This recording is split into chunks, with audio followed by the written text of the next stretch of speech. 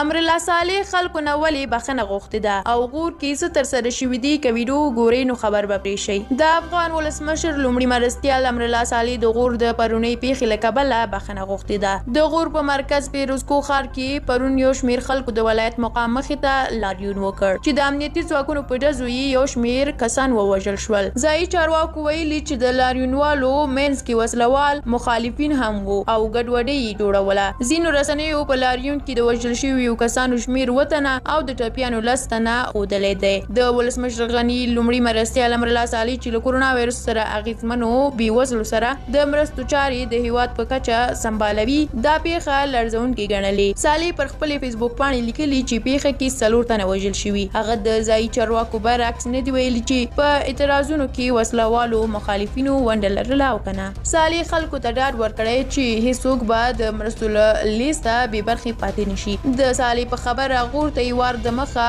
فوق العاده مرستې منظوري کړې وي او لارښوونه وه چې امنیتي ځواکونه د مرستو په ویش کې هیڅ غرض نه لري. صالح وړاندې زیاته کړې ده چې افغانستان زرګونه نور جوړښتونه لري چې مرستې په وسیله ویشل کېدای شي. د ولسمشر مرستیال غوریانو ته ډاډ ورکړی چې پیښه به څېړل کېږي او د خلکو ځان وقار او عزت ته درناوی به حکومت پر ځان فرض ګڼي. د ولسمشر مرستیال زیاته کړې ده چې د غور ستونزه د ځایي چارواکي د خلکو استازو سره په تفاهم زر حل کړي. نوموړي دغه راز د غور اداره په دې برخه کې بې کفایته ګڼلې او خلکو نه یې د ادارې د بې کفایتۍ بخښنه غوښتې ده. غور د افغانستان تر ټولو محرومه ځپلو ولایتونو څخه دی. د افغانستان کورنیو چارو وزارت او د سیمه ییزو ارګانونو خپلواکي ادارې هم نن ویلي چې یاد ولایت ته یې د پرونۍ پیښې د څېړلو لپاره پلاوی لیږلی دی. درنو لیدونکو ډېره مننه چې ویډیو مو تر پایه ولیدله. که د امرالله صالح په اړه کوم نظر لرئ زموږ سره شریک کړئ. د لا ډېرو ویډیوګانو د لیدلو لپاره زموږ د یوټیوب چینل سبسکرایب کول درنه هېر نه شي. تر بلې ویډیو چې زه ستاسو په درنه چوپړ کې حاضرېږم الله مو مل شه. ښه وخت ولرئ.